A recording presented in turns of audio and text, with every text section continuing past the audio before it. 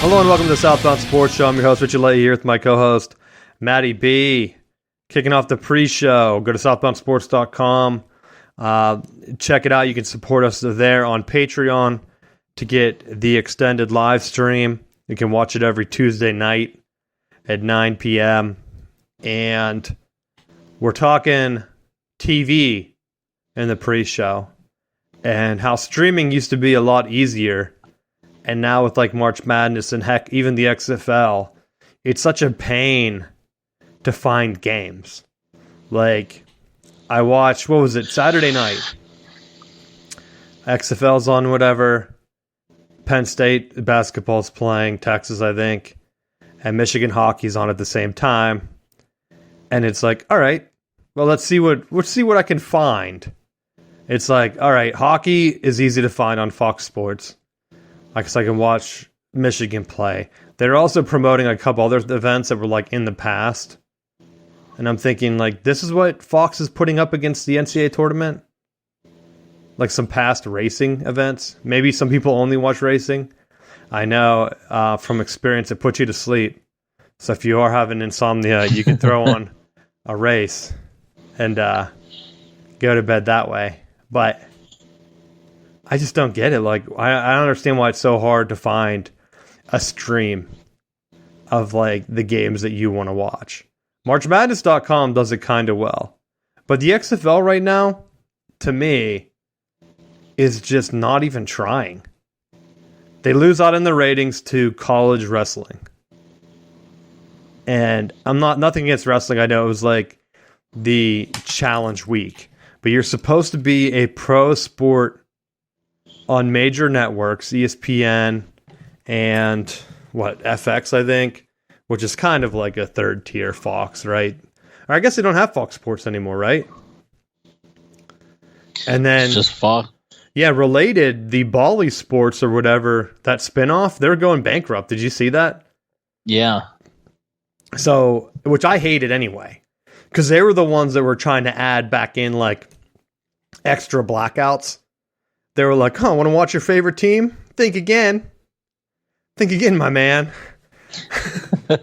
You got to live within a certain range. You can't be too close because you could block that out and go back. But I'm bringing up the stats now. College wrestling was on ESPN, so it's kind of a 1-to-1. The XFL compared to like the NHL game that was on ESPN. I guess there were two. The Caps and Rangers crushed the XFL, but the Penguins and Rangers, the XFL did end up beating that one. But it says it was at 4 a.m. on a Saturday? So is that a replay? I think it was a replay, so never mind. It has to be because the actual game, the same two teams the same day, was at 8 p.m. on ABC, and it drew almost 1 million viewers, right? If I'm reading this correctly. So the replay drew 100,000. Which, who the hell is up at 4 a.m. and they're like, you know what I want to watch right now? Some Pens hockey. I guess it beats the infomercials. Every other channel just runs infomercials in the middle of the night. So, I don't know. The XFL, between 250,000 up 320,000. And so not even 500,000. Which, looking at other leagues like the USFL, they're around 500,000 last year. I don't know exactly how far they dropped. But like their primetime main game on ESPN, Thursday night again, for some reason, bringing in less than their primetime Saturday, which I would think they would own Thursday night. But I talked to a couple buddies and they were like, yeah, I try to watch the XFL and I just don't know when it's on. Do you feel the same way? Well, yeah. And that's been one of my grievances with it is if you're not actively like pulling up the schedules on your own, you never know when the games are being played. And I feel like, for as bad as a couple weeks ago, I complained about the ACC network and their TV deal. The XFL has an even worse deal, it feels like, because they're just like, we're just going to put everything else on but the XFL. And then in addition to, putting you in these really late time slots, we're also not going to advertise or market when the games are anyhow. So it's like you randomly turn on. It's like, is it 4 o'clock? Is it 9 o'clock? You know, the one game was like a 10:30, I think, because it was on the West Coast. It's like, come on, guys. Yeah, the one, I'm trying to think. I did see an ad randomly shoved into something I was watching on ESPN. I can't remember if it was NCAA hockey. I don't watch that much ESPN anymore. Maybe it was the ACC basketball tournament. And I thought and it wasn't a full ad. It was the bumper. You know how they show like the side of like, here's some upcoming events. It was that. I was probably watching NC State like a week or two ago in the ACC tournament. That's probably the only ad I've seen. I don't really see anything on social media. I see a bunch of weird ads for like, heck, I even got an ad from McDonald's about going to buy some type of meal to support a esports NBA 2K event in my area. And I thought, XFL can't even do that. Like, XFL has to be more popular than an NBA 2K or whatever it was. It was an NBA basketball esport event. Because, like, those are the esports to me. And I know Madden's pretty big. But, like, I don't think a fake football or basketball game is ever going to be more popular than just watching the real thing. Does that make sense? Yeah. Because it's like, hey, I'm going to watch this guy pretend to be LeBron. Or you could just watch LeBron. Right? That's the one thing. It's like, when I see ads for that, it's like, okay, if you were playing like a different sport like Rocket League, which is like cars driving around and hitting soccer balls, that obviously they can't do in real life because that would be boring. Because once a car like basically demolition derbies itself, the game's over. And it's not like you can just like fly around and like magically not damage your car.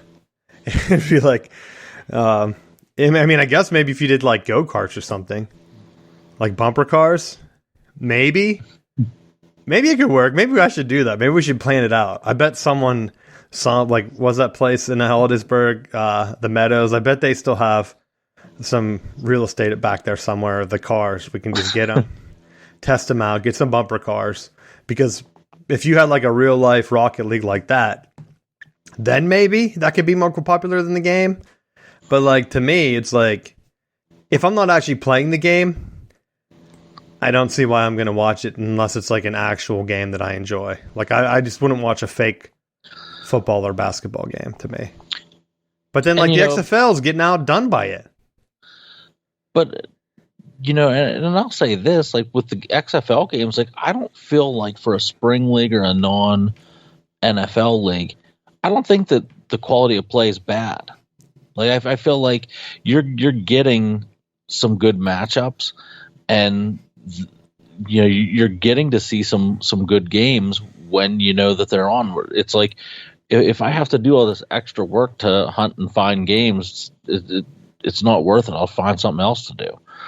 But, you know, I think as a league, they're putting on a good. It's not like the AAF, where I felt like when we were watching that there were a lot of drop passes, there were a lot of like just real sloppy things that were going on with that league.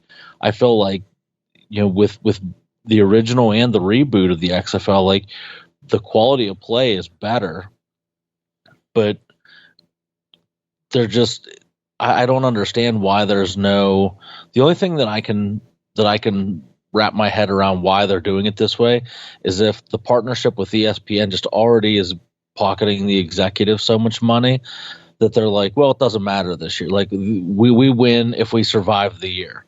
And so it doesn't matter. Like, we'll go more aggressively in year two, like what the USFL is doing.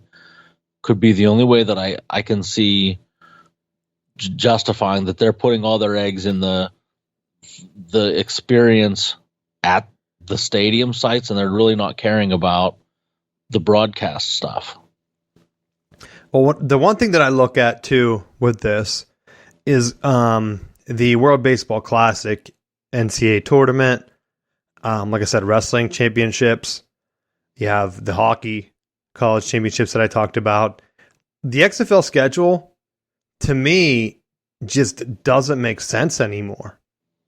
Like, it's hard to compete whenever you're not on main TV. I think if they were on ABC, they could compete. Because as popular as the NCAA tournament is, I think it's like the most watched thing that's happening this week, correct? Let me look at the numbers. And oh, goodness, yeah. So the most watched game, because we didn't have the numbers last week, I was kind of looking for averages in the past years, and it was all over the board. The highest watched game was only, I mean, and I say only, but 10 million people. So keep that in perspective of like, this is a postseason game. That game didn't even beat Michigan, Ohio State football. It doesn't come close to the NFL games, right? So as much as you're getting people watching it, it's not as popular as football. I hear everyone say, like, oh, it's the best weekend, everyone watches it. It's like, no. In reality, they don't. Like, you get double the amount of people watching football postseason. I know it's shorter, so maybe when we get to the Final Four, it would be close. I think the Final Four historically has come close, probably around the Ohio State-Michigan numbers, and then the national championship's a bit higher. It's somewhere between that and the actual playoffs for college football. Some of the bigger ones, like when Duke plays, like Kaminsky in Wisconsin, I think that one was pretty high. It was up there near like college football playoff numbers. But overall, other sports this weekend, I think most of the basketball ones are on here. Some of the games were under 1 million viewers, which is crazy because everyone always talks about like, hey, we get a massive upset. You have Furman upsetting Virginia. Doesn't break 1 million. Right? So like people are just, they talk about it, and I think it's more of like a gambling thing. But I bet a lot of people do what I do. They're going to assume that's going to be a blowout. They're only going to check the score, and if it's close at the end, they turn it on. So it doesn't really count for ratings, you know? They just get the end of the game. And so you put the bigger ones, because like the most watched was Michigan State versus Marquette, which I think do they have Shaka Smart as their coach now? Yeah. So you have a big name program. Arkansas, Kansas came in, what is this number, 9.5? Then Kentucky, Kansas State, Duke, and Tennessee were the only ones over 8 million. Penn State and Texas came in at 6. And these are all, second round games? So the first weekend even, there's more games. I would say like it's more split out. But most of them are averaging 2-3 million people, which is an average college football game, right? You get the same numbers on college football, and even, like I said, even better. So like Thanksgiving holiday football beats this. Because I bring up Michigan, Ohio State, that's usually the most watched football game, but Auburn, Alabama most years probably beats these numbers. What else is on that weekend? Like, I would think Florida State is out that weekend. Like, that has to be near upper college basketball numbers for the opening NCAA tournament numbers. Like, I'm not saying that's a bad program, but I'm thinking like middle games that are probably like the Friday, Iowa, Nebraska. I would think that does solid numbers more than a lot of these NCAA tournament games. So I think people just watch the scores. They don't really watch the game.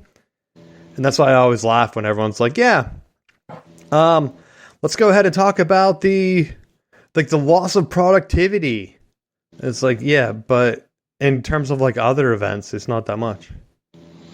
So the XFL is up against it, but realistically, yeah, it lines up against all these other things, so numbers might be more spread out. But I think that their goal should be to get 1 million people watching, because football is so popular that people watch. They're getting less than MAC numbers, right? And nothing against MACtion, but it's supposed to be a pro or semi-pro league. It's supposed to be a pro league, but here's the other thing. You don't have 75 teams that you're trying to fit in.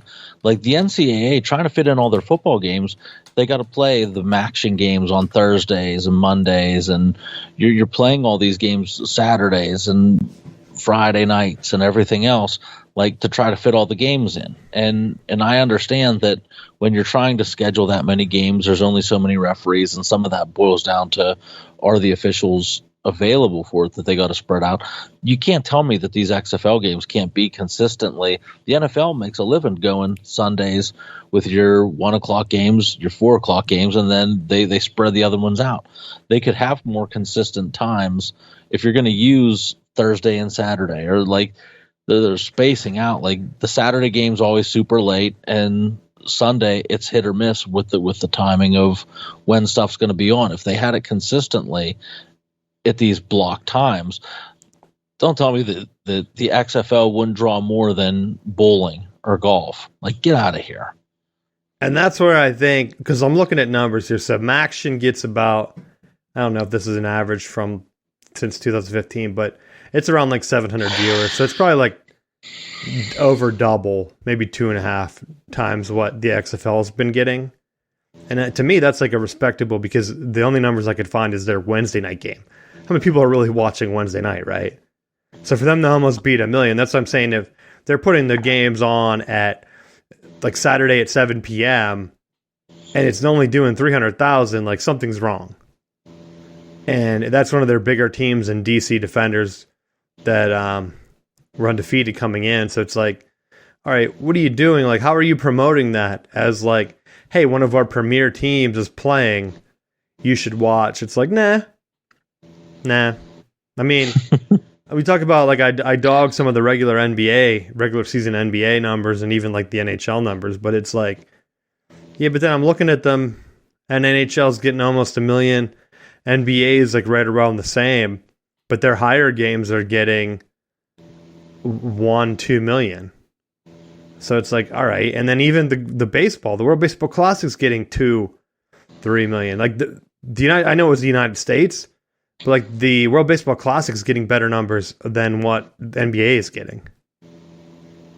So like everyone else dogs baseball too. And it's like, hey, let's laugh at them.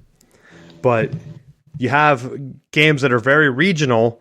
The XFL could live off of the NFL's, or not the NFL's, Major League Baseball's idea where let's get rivals together. People will watch a rivalry, but they didn't build the league that way. That's what I don't get. People watch Red Sox Yankees even if they aren't baseball fans. They'll watch Michigan Ohio State because they know that people take the rivalry serious. You might see a guy walk through the tunnel flipping double birds. You might see a guy grabbing helmets, fighting each other. You might see dudes throwing bats. Like, you're going to see something in the rivalry, right? With the XFL, it's kind of like, yeah, we're just here. No need to watch. You can see the updated score on Twitter, and then you'll be kind of confused. But everyone else talks it up like their rules are like the best. I don't know. Anything else you want to talk about the XFL? No, not with them. I think we went pretty long on it. I did get some messages last week. Oops. And I will say, I might have jumped the gun on the Aaron Rodgers thing, but in my defense, it looked like it was a done deal. So now we're still waiting. We're waiting to see the trade go through. It still hasn't gone through. And there are other teams that could be involved. And it seemed like Rodgers gave his okay. The Packers knew what they wanted. The Jets, I don't know if the Jets stalled or there was some back and forth that didn't happen. President of the Packers said that he's sworn to secrecy, or I guess he's the CEO or whatever. So you're just kind of waiting and seeing what happens. The other big name that we talked about last week, Lamar Jackson, the other side of his deal that I didn't realize either is he's now in bid mode. But the Ravens have the non-exclusive franchise tag, so they can match any offer that comes and basically beat it or whatever. So he's going to find out what his real value is, at least long-term or whatever. So if the Ravens decline because the number he gets is outrageous, they can receive 2 first-round picks in return. It doesn't say what year. But he's only 26 years old. He's a former MVP. There are a lot of teams that kind of meander around, making poor decisions at QB. I don't think getting Lamar Jackson would be a bad move if you're looking to kind of go up. I mean, look at the deal Deshaun Watson got after not even playing. So, I don't know. I think those are going to be the 2 movers. There's some other teams that are being mentioned around Aaron Rodgers. I'm assuming he goes to the Jets. Because remember, we talked about them. He was like begging the Jets to sign some of his buddies. What an all-time rug pull if they sign guys like Alan Lazard and then Aaron Rodgers doesn't even go there. Right? That's just a Jets move. They're like the NC State of the NFL, dude. You're like, hey, one of their teams doing well. All-time upset. Like just a beat down. You're like, oh, okay. Back to how what I expected to happen, you know. You put the Dolphins up there with that. I don't know. What other? Maybe the Lions. Lions probably have a ton of bad luck too. So much of like their best player of all time is like, I'm done. And then their second best player of all time also was like, I'm done. I'm not even going to try for Lions anymore. But I almost wonder if some of the back and forth with, if you're going to sign my buddy, like, are you going to sign my friends, is what's making the Jets hesitant to pull the trigger on the trade. And like I said, with the Packers thing, trying to get rid of him, it looks like a way. And as an owner, that's how I feel. Like, let's get rid of him, because it's hard to build a young team whenever the quarterback's not around. And he's doing his own, like, I'm going to do my meditation corner, and I'm going to do this, and I'm going to do that. But yet, when he's there, he's also not delivering. Like, you're not delivering in the postseason. So, like, why are they making all these concessions for you? And then the team starts slow, and then it looks like things are coming together, and then it just fizzles out. It's like the reverse Tom Brady. If Aaron Rodgers was a 4-time Super Bowl champ, or hell, even a 2 or 3-time champ, I think he would play with the Packers this year. But the fact that he has won 1, and it was such a long time ago, like even Brendan Roethlisberger won 2. And I think that gave him a little bit longer leash, where the Steelers are like, this is a franchise guy. He won 2 Super Bowls. Not that many franchises even win 1 Super Bowl. Let's give him a few more chances, and hopefully he retires as a Steeler. You don't want a move where the guy goes away. Like, if you have a Chipper Jones, you keep him, right? I think that's rare these days.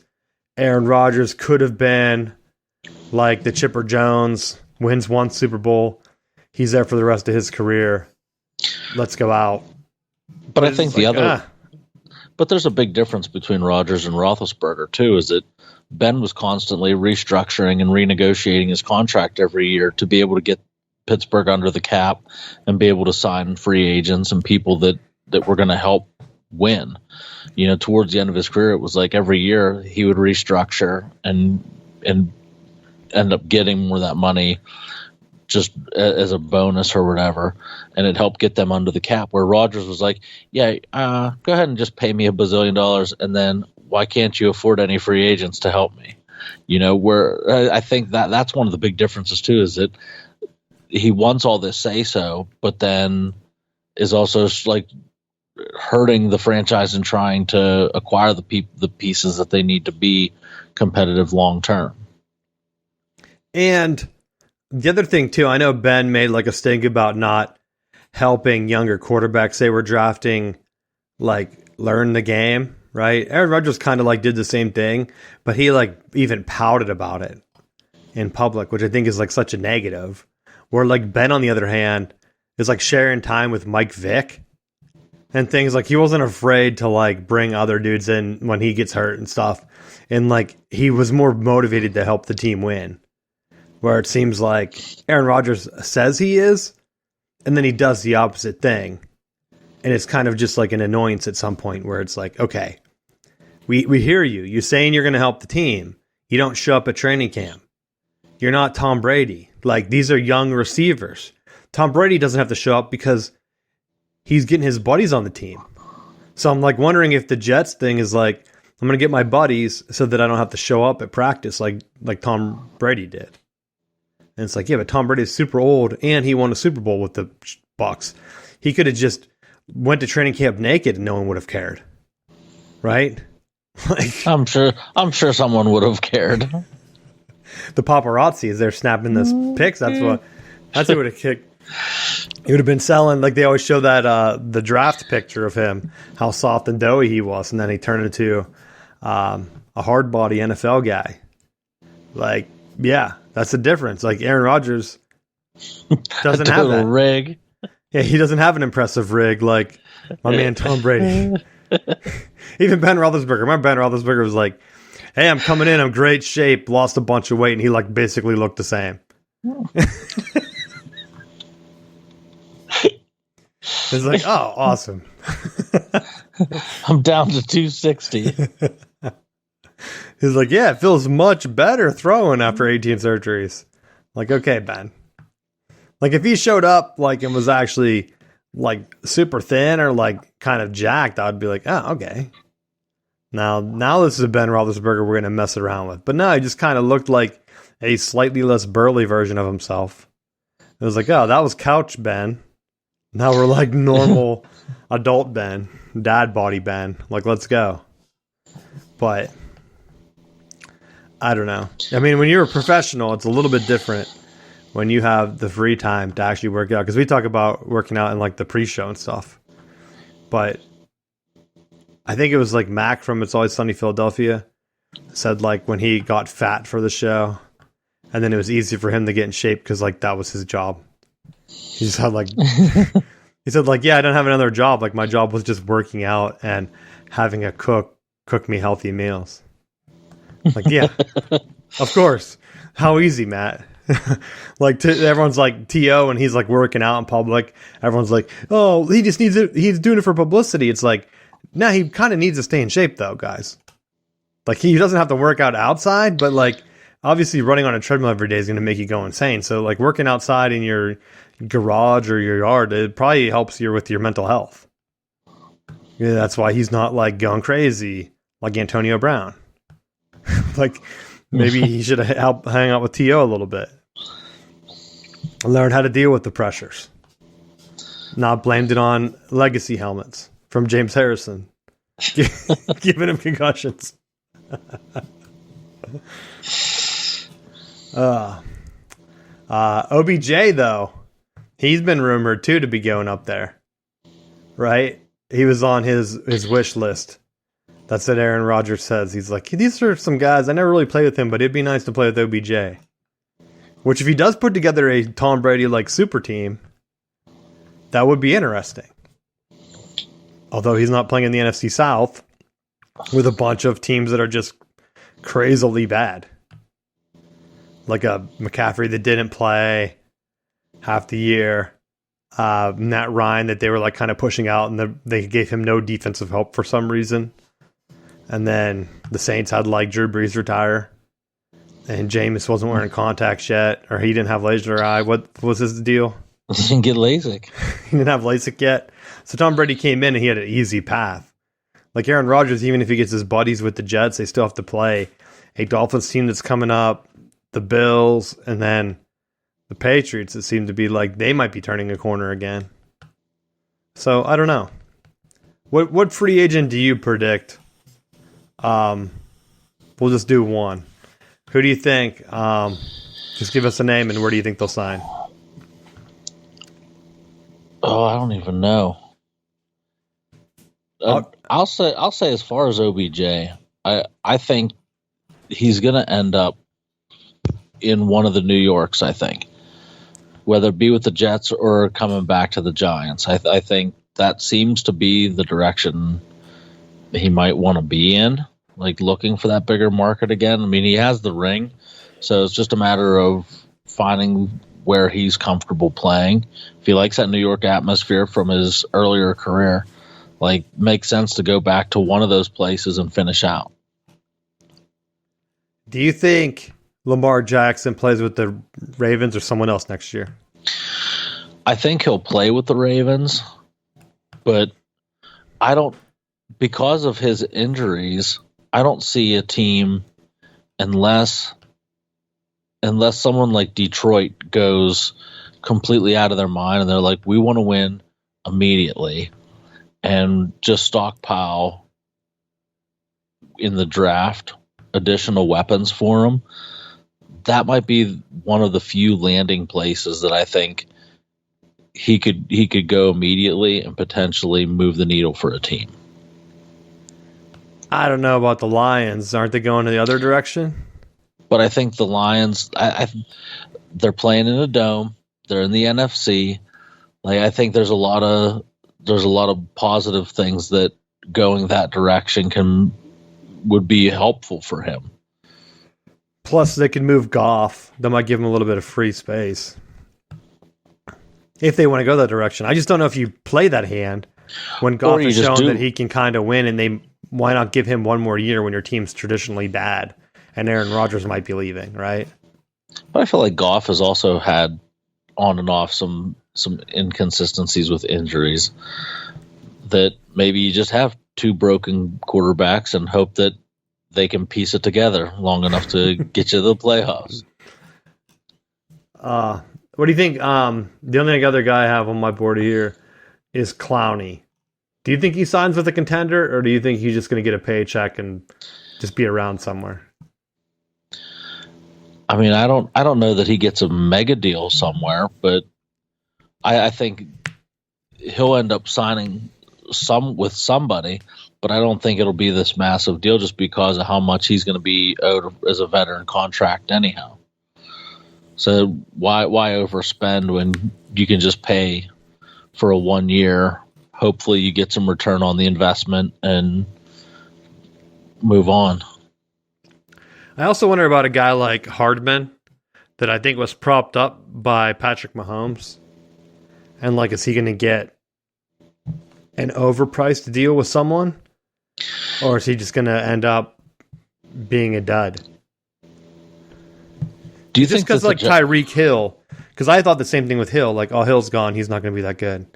And then he still played out of his mind. And Mahomes, I honestly think you've seen a drop-off with Mahomes, even though it wasn't as bad and as blatant, but they really missed having Hill on the team.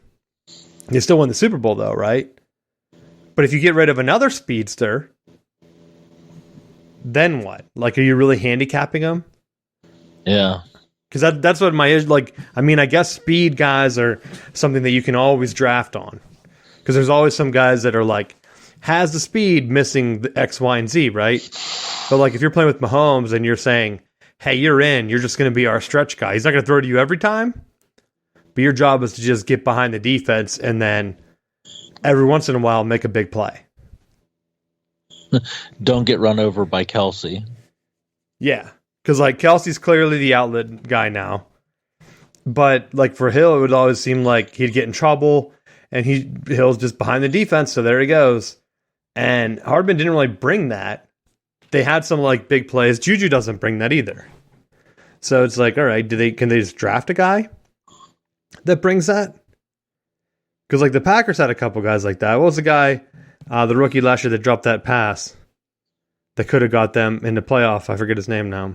But, like, you can draft guys like that. They might be forgotten in 5 years. Or things start coming around. I remember Devontae Adams.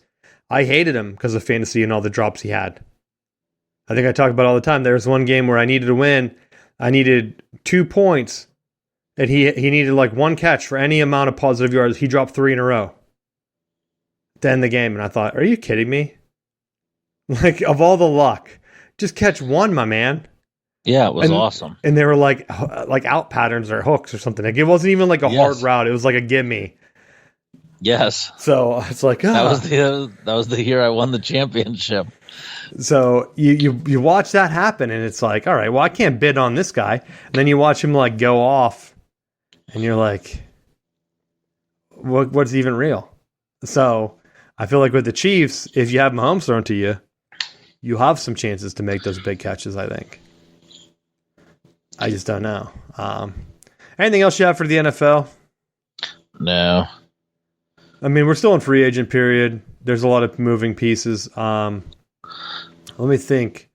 Did I have anything for the interim break before we get into the NCAA tournament? I talked about the XFL. I talked a little bit about the Big Ten hockey. And I think I saw, I don't know if this was actually official numbers, but I talked to some Penn State guys over the weekend, and one of them said that even with Penn State's wrestling, they still take a loss on that. And the only sports that actually made money for Penn State this past year was football, basketball, and hockey. And I didn't have time to fact check the numbers, but it just seemed baffling to me because, like, wrestling, it doesn't seem like you have a lot of equipment. Because a lot of Big Ten programs have been, like, toying around with bringing in hockey, but, like, the cost of entry, because, like, you need the fancy equipment, you need the ice rink, right? You need travel. And the more Big Ten teams that play, I feel like that's going to cut the travel down. And at some point, if everyone's playing, with like Penn State joining and having 8 or 10 teams, like with Notre Dame in the league, it's going to make it easier on everybody. And the team's going to be successful. I think Michigan and Minnesota are both 1 seeds in the NCAA tournament this year. And Penn State, I think it was a 3 seed maybe. But you come in, you get one donor that pays for hockey, and now you're making money off it. Meanwhile, you have football, or not football, wrestling for Penn State that seems like they're winning national championships all the time. But, like, you can't bring in money? Do people just not go and see them in person? Because when they play, like, I guess, do they wrestle at the Bryce Jordan Center? I feel like that has to hold a good bit of people. Maybe they don't do that. I don't know, because I think NC State is or has built a new wrestling facility instead of sharing. That's one of, like, the improvements. And then they're also building an esports arena, which is supposed to be the biggest in the country. So I wonder if you start seeing, like, some of those events take place in Raleigh. And if that investment's going to be worth it, you know? But being a state capital like Raleigh compared to Penn State, I don't know if Penn State has the draw of, like, bringing in high school to, like, have other events there to make money, right?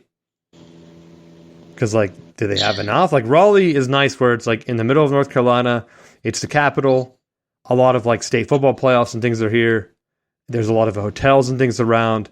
So if they wanted to share the NC State wrestling arena or esports arena with, like, high schools or club teams or anything, it's always there for them to make additional money outside of their team. But for Penn State, it's like, you're kind of in the middle of nowhere, right? Yeah. It's not like they have a ton of hotels. I mean, I guess for football, they have a bunch, right? I think a lot of people bring their own campers, though, if they're traveling for tailgating, because that's always a good bit to walk through, right? So, I don't know. Just a little bit of extra tidbit before we get into basketball that I wanted to just mention. Some things that I heard that I think were kind of shocking to me. Because I know some schools say, like, oh, women's basketball brings in a profit, but they don't get the TV numbers. I have noticed that I think ESPN was doing, like, an A/B test on their website, because I told Matt that over the weekend, I noticed that on my phone, women's basketball was at the top. And so I did, like, a little trick. Like, I went into the private mode, and I loaded the page, and it was on the bottom. And so I think what they were doing is, for some people, they were showing women's basketball ahead to see if they would get the same amount of clicks. But it was confusing as hell, because, like, I don't know which teams are in the tournament, right? It's not like I sit down and I'm like, all right, I'm going to memorize this bracket. So I see, like, hey, so-and-so team beats like a big name school. And I'm like, holy crap, that's a major upset. And I click on it, it's like women's. And so I immediately, like, back. Why'd I click on that? Like, where's the men's? Like, I think it was deceptive to me. And I don't know if that's going to help prove their point, or if it's just going to be like, yeah, that was a loss, let's not do that. Because then eventually, I think all my devices just showed men on top on yesterday when I looked. So I think they stopped doing it. But I did notice for the initial 2 days, at least Thursday, Friday, they had tried to flip it. Because I hear a lot of women saying about like they don't get the same amount of publicity as the men's tournament. But to me, it's like, why are they on the same day? And I had a question for you, like, Matt, do you think it would be hard on the female athletes to put their tournament maybe during the week? I mean, for classes, I don't know, because for basketball, if you're playing in the tournament, the opening weekend's kind of tough, right? But how much class are you really missing? I mean, I think the big thing is it's not affecting, like, it affects based off of what you're looking at. I think some of that's just in the presentation of this is the women's and this is the men's, and just being more direct with it and not having the covert things with it. But I think if you move the girls first, there's complaints. If you move it after, there will be complaints. Like, there's not a scenario that would appease people if you tried to stagger them for the sake of separating the men's tournament from the women's. And I think there's enough time that they can put them on at the same time. And there's a lot of teams that play basketball, but I don't know necessarily that it affects enough to really justify changing the times and dates. Because my idea is kind of like with softball. The softball tournament's first, right? I think. And then baseball's usually finishes after. So they're kind of going on around the same time. And we've talked about it where, wasn't it like Florida State or NC State or someone that got moved because of men's baseball? They're like, yeah, we got to put this women's softball game on at like a Thursday at 2 p.m. for some random reason. It's like, hey, what the heck? I was going to watch that game. Like, why did get that junk time slot? But for me, for basketball, I think it lines up easier because you have the hype of the men's right now. Okay? Like, you brought up the gambling aspect in the pre-show, and it's like, okay, now that's becoming legalized around the country. So why not have the men's kick off first? They do their traditional Thursday, Friday, Saturday, Sunday, right?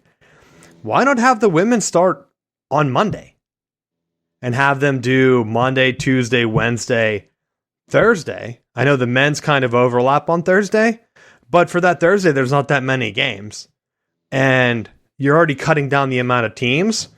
And so during the regular season, you have teams play 2 games during the week. So it can't really mess up the class schedule if you have all the teams only playing that opening week.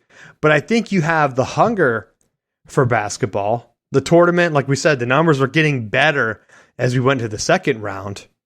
What happens if you try to like pick up? Because like right now, to me, it's like if there wasn't the World Baseball Classic, which Japan's beating the United States right now 3-1, there's like nothing meaningful on this week until you're like kind of just waiting for the Sweet 16 games on Thursday and Friday.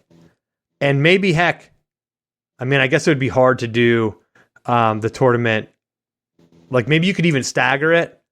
I don't know when the men's games finished up on Sunday, but like you kind of kick it off early. Because like they do the first 4. I don't know if the women's has that. Do they have a first 4? Maybe they do.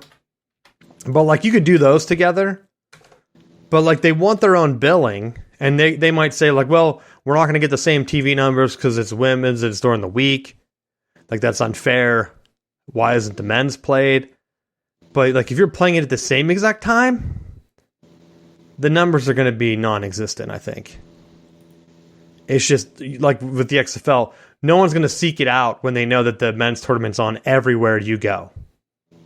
They're just not. So I don't know what could change that other than doing it a completely different time. But I think keeping the tournament going, and then eventually you can kind of even it up where what if you used the women's to lead into the men's game? Because it's really this opening week that's tough. But like for the Final Four, that's 2 games. they're on at like 7 and 9 or whatever on Saturday night. Why not have the women's on at like noon and 3? Pretend it's the big noon game on Saturday. Right? Yeah. Because that's the big primetime game. It's Final Four Saturday. And maybe the women's is that day. I think it's a different day that week, though. But, like, why not just leverage the entire power, like the power of the entire thing, and just make it that same day, just like college football, and kind of go through and see, all right, here we go. What's happening? Because the men started on Thursday. Or no, Thursday's Sweet 16. They started at 6:30 p.m. to 7:15. And during like the previous week, the game started like at noon or whatever, I think. So just have the women start at noon and then lead right into the men's Sweet 16. I think that, to me, that would solve a lot of the scheduling problem, I think. But maybe I'm wrong. Maybe people don't care.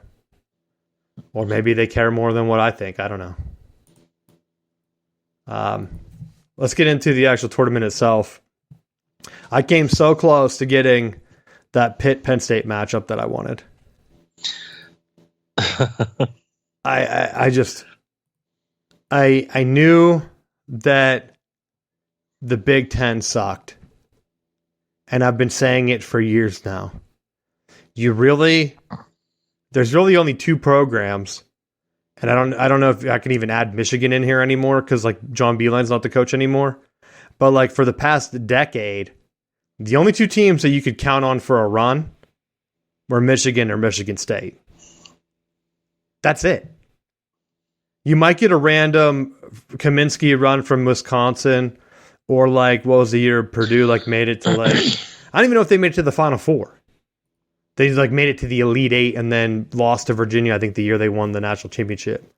So it's like, why are people picking on the Big Ten? I don't think Iowa has made it past that first weekend ever with Fran McCaffrey. So like when someone shows me their bracket and they have like Iowa going to like the Elite Eight, I'm like, buddy, you already have 2 missed games right there.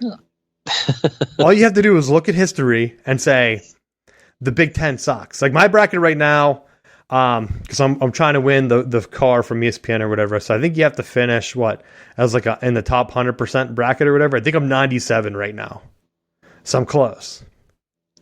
But I don't know. I think I had Houston to win it all. And I feel like a lot of people had Houston to win it all. And they had that injury. So then I'm like, I don't know how that's going to work out for me. Alabama has their own off-the-field issues going on. Even Nick Saban is saying things like wrong place, wrong time isn't a good excuse. Did you see that? Which seems like it's shade for the basketball program. But that was also because his own player got suspended for driving like 140. Well, yeah. And basketball, they're still playing and kind of just doing their thing. And it's like, I hope Alabama doesn't win it and then have to vacate. Because to me, that's always like the stupidest thing. I know, like someone pumped the record up and they were like, oh yeah, if you had to, Michigan would make the list if you counted their Fab Four Final Fours. It's like, just count them. Just count them. Louisville's hanging up their 2013 banner. It's not like the NCAA went in and named Michigan national champs after their stripper incident. Like they're still claiming the championship. They celebrated it. I think this year is the 10-year anniversary. If they're claiming it, Michigan should claim the Final Fours. The record book should just claim them. I say the same thing for football. I see the asterisks every time. It's like, well, Notre Dame could have more wins if they didn't have that academic tutoring thing go on during Brian Kelly's tenure. It's like, no one cares about that. You took away, 8 wins? They weren't even good that year, I don't think. Or no, was that the undefeated year? I think it might have overlapped with their undefeated beatdown to Bama, right? So it's like, yeah, all right, who cares? Like, what are you doing? And in hindsight, that wasn't even as bad as what TCU got beat by Georgia this year. So, but I just don't see, like, if you're going to let them play, don't take the record away. I can see, like, because now with NIL, like, what's really illegal? They try to take those 2 Miami basketball sisters. Did you see that? They met with the biggest Miami donor, And apparently it was on the books. And so they're trying to like investigate it, which to me is such bullshit. Like, who cares? You think guys are just getting new cars at Georgia or Bama? And now they're investigating Georgia for football issues. Like, do you think TCU is going to celebrate that win? Hey, we got our asses completely stomped. But Georgia was cheating, so they lost that champ. We'll just name ourselves first runner-up. Like, right? Nope, like, you just raise it. Well, Michigan doesn't raise the basketball one for it's kind of like the same scenario, except that game was kind of close. Not the TCU beatdown. Because, like, does Ohio State then claim it? Because they were a shanked field goal away from playing TCU instead. So, at some point, like, what's going to happen? And what was the other one? COVID. Was it VCU? I forgot that they got kicked out of the one tournament for COVID. They were like a trivia question I saw over the weekend. It was like, which team didn't make the Sweet 16 but didn't lose the game? And I was like, what the hell are you talking about? And I was like, oh my God, that was the COVID year when they kicked the team out. And I should have remembered that because they kicked out Michigan hockey that year. And I thought, damn, that sucks for both teams, right? It was like the weird year. It's like, all right. And some people were like, maybe we shouldn't count that tournament. It's like, why it happened. They did it. Put an asterisk on it if you want, but no one cares about those. Yeah. So, did you watch any of the tournament? Yeah, I watched a pile of the games. Did you watch any women's? Negative. The only thing I thought was funny is that men's and women's Miami beat Indiana both. And I thought such an Indiana thing. Well, it just seemed like everything leading up to is like South Carolina is going to win for the women. They're just so much beastlier than everyone else. It's like, well, thanks for solving it. Then we already know who's going to win. Well, it's like the same thing with women's hockey because I've been bringing hockey up on the show. So like Ohio State buys the women's team, gets all the top recruits because they're Ohio State and there's not that many teams that play women's. Everyone's like, oh, they're the most talented. They get upset, I think, by Wisconsin in the Natty. And it's like, all right, perfect. Because, like, what are you going to do? Like, you're throwing all this extra money into women's basketball, South Carolina. That's going to be your thing? And is it going to, why can't you throw that money into football then? Or, like, another sport? Like, you won a couple baseball natties. Hey, don't mess with Florida State's farm team. What, South Carolina? Yeah, they just take all their players. For football, you mean? Yeah. That's our farm team. That's like all the Pitt players going out to like USC or wherever. They're like, oh, perfect. I think that's going to happen more often, right? You get a coaching pipeline of like, I'm surprised like Narduzzi doesn't send him to Michigan State, try to take Michigan out. Like, hey, you guys need Kenny Pickett for a year? It's like, why are you doing that, guys? But for the men's, I watched a couple of the games. I watched like Kansas come down the line. And to me, it's still like some of the officiating is just so bad that I'm like, all right, do I really want to watch this? And I always complain about like conference, but my officiating for the conference like still stands for the Big Ten. The Big Ten should say our officiating sucks. It's hands down the reason why the Big Ten sucks in the tournament. I don't know why more people don't talk about it. I've pointed out multiple times that the two teams that are on the short end of the stick for officiating are Michigan State and Michigan. Because they have more guys that are recruiting like athletically, right? They get better recruiting classes. And then they don't just camp in the lane and do like 3-second violations. I saw one of the coaches complain about Purdue before the tournament, saying that they don't call the 3-second penalty in the Big Ten. So their big, gigantic guy, Edey, is that how you pronounce his name? He's always in the lane. The Big Ten doesn't care. They let him just sit there. But in the NCAA tournament, guess what? You can't do that. So then they get absolutely throttled by a team of 6-foot guys. Matt. It's like watching like a guy that hits a growth spurt. He's like 15, and the high school coach is like, "Yo, you got to go play some street ball down in the courts because you need to work on your athleticism." And he's like, "These guys are super short. I'll easily school them." And then like the dudes look like Muggsy Bogues out there. just going around him, and he's like on stilts or something. I'm like, my God, Purdue, what's wrong with you? You lose every time. They lost, I think, 3 times in a row to double-digit seeds. It's like a record. And that team was like, the only reason the team they lost to was in the tournament, Matt, is because the team that won their conference was ineligible. It was the old Ohio State. Urban Meyer wins the conference or goes undefeated, can't win a natty or anything, because like luckily back then, that 2011 or 12 year, I think it's 12, Urban Meyer's first year at Ohio State, he went undefeated, but because of those Tattoo Gate scandals or whatever, they couldn't compete. He could have had 2 natties there. That would have been unbelievable. No one would have liked that. No one. Not exactly. Not Zach Smith's wife. Not that guy, the kicker for the Jags. Like, no one would have liked that to happen. Came in Nebraska, nothing. So let's go back to the basketball. But I mentioned this earlier, or not this show, but earlier in the year, the SEC has been paying for basketball coaches, which is the reason why I brought up, like, it seems like the Big Ten schools are kind of like dumping money into other sports, but they're like Penn State's dumping money into hockey. Awesome. I watch hockey. I talk about it all the time on the show. Wouldn't it be better for them to just dump money into basketball? Right? Like, yeah.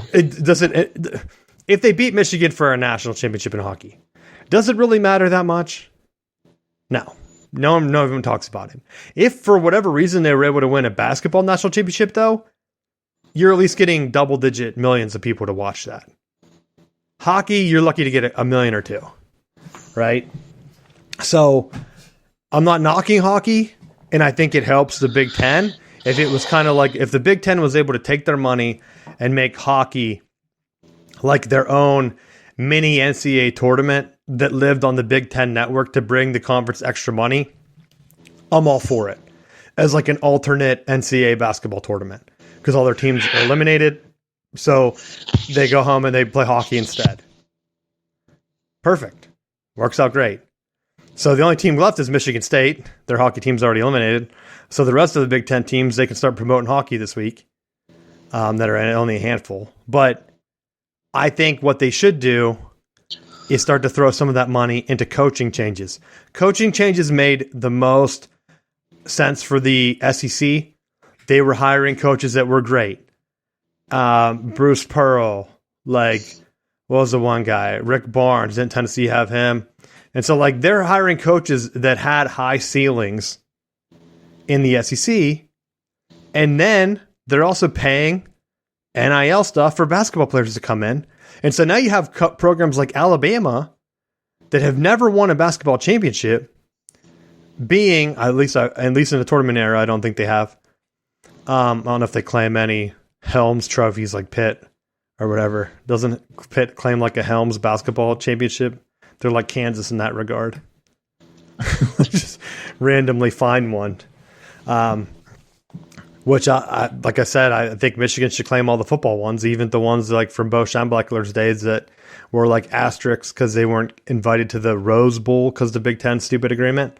Just claim them. Who cares?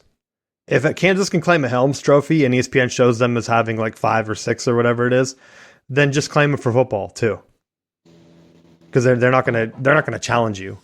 But going back to my point, I think the Big Ten needs to distance themselves from the other conferences, because right now you're letting the Big 12 and all them other conferences hang around. You're bringing in UCLA. They eliminated Northwestern, their conference mate, in this tournament. So technically the Big Ten has 2 teams left, UCLA and Michigan State. You got to win it all. You're getting so much money, you got to win it all. I don't want to see Izzo win it, so I hope UCLA wins it. I don't have any bad blood between my new Big Ten brothers. But the Big Ten got to start winning some championships, Matt. It can't be like, hey, we're making all this money. You know what? We just won the women's hockey national championship. It's like, awesome. If Michigan wins women's gymnastics, awesome. and I hope they win more national championships in other sports. But you actually have to compete in the other ones too that are bringing in the money. If basketball and football are making the most money, you got to start winning national championships. You got to start doing it, or at least splitting them with the SEC, right? Because I think what's going to happen is the SEC is going to start winning basketball national championships to go with their football national championships. And then the Big Ten is going to kind of just be looking at it like, well, we got our money. They'll be like the Ivy League of college football after this. Dumb. Makes sense. That's why I hope that they expand. They get UCLA some money so they're not poor. Bring in Florida State so they're not poor anymore.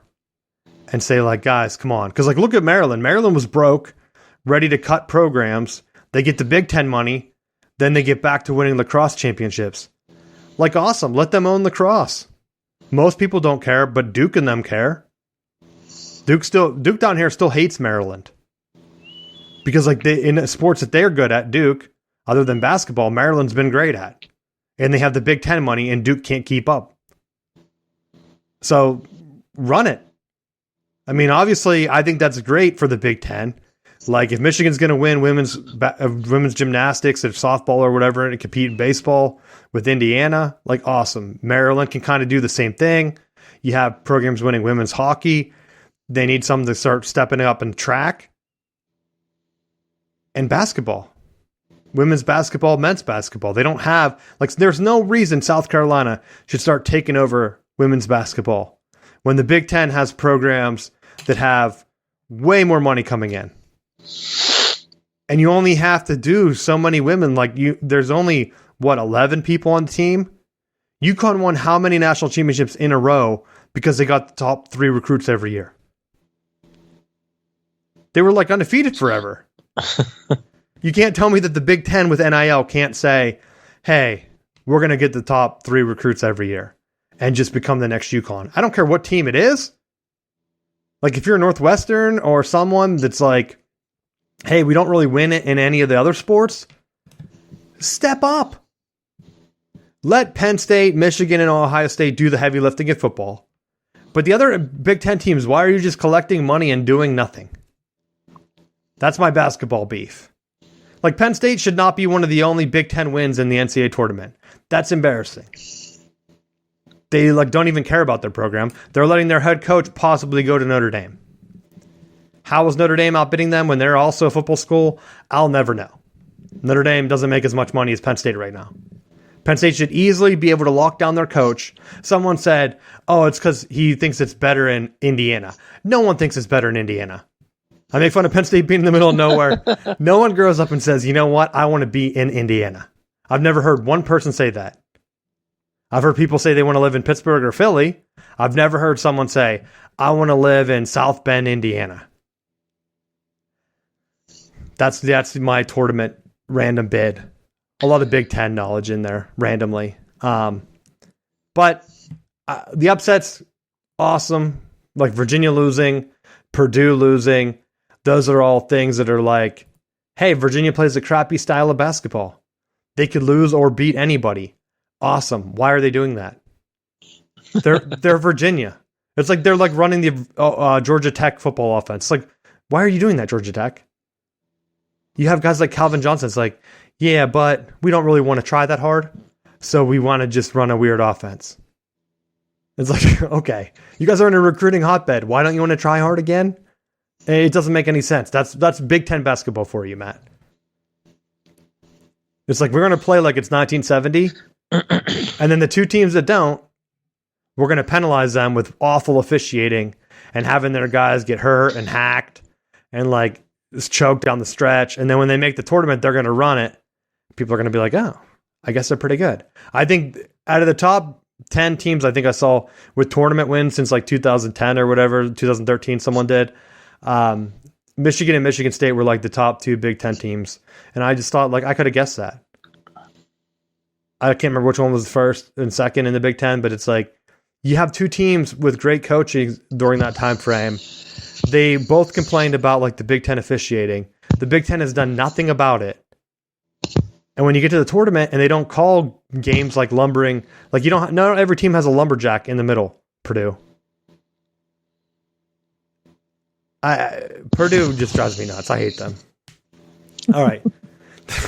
That's my thing. A stupid mascot, stupid basketball program. You do nothing for the Big Ten at all. Like Purdue does nothing. People make fun of Maryland. Maryland's bringing home national championships. Purdue, I'm going to look it up. I don't even think, because I know Michigan and Ohio State and Penn State win most of the Big Ten championships in sports. So, like, what is Purdue actually good at? I don't know. Anything you want to talk about, Matt? That's my Big Ten beef. Because the only other thing that I was looking at was the Washington Commanders are still trying to find potential buyers, and I saw Magic Johnson's group is now entering the try to buy the Commanders sweepstakes. So it's like one way or another, Dan Snyder's going to end up getting his bazillion dollars to be bought out. Which that also reminds me, my man Michael Jordan, he's looking to sell out of the Hornets. I always get confused because I want to call them the Bobcats because that's the only time I've seen him live. But it's like, all right, everyone makes fun of him being an awful like guy or whatever. But it's like, maybe he's going to do something else. I don't know. But like, does it really matter? I don't think it hurts Michael Jordan's legacy at all if he's not a thing. But let's see. Oh, Purdue has won 3 NCAA championships. Golf in 1961, classic. Basketball, women's, of course, in 1999. And then women's golf in 2010. There you go. Pick golf. You have 2 natties in golf. Go all in at golf. And just become the Big Ten's golf school, Purdue. Otherwise, what are you doing other than being a leech? Because if the rest of the conference breaks apart and they're like, what are we doing lately? Like, all right. Let's see right here. I'm going to look at this. Oh, wait, here's the Big Ten National Championships one. I just want to see like what the difference is between these schools. Because some of the stuff we talk about. Oh, here. They even added in our boys, UCLA and USC, Matt. UCLA has 120 natties. Classic. Bringing the school with the most. Unless Stanford has the most. I don't know. They're not on this Big Ten list. USC has 111. Penn State has 53. Michigan has 39 with a bunch of asterisks for some reason.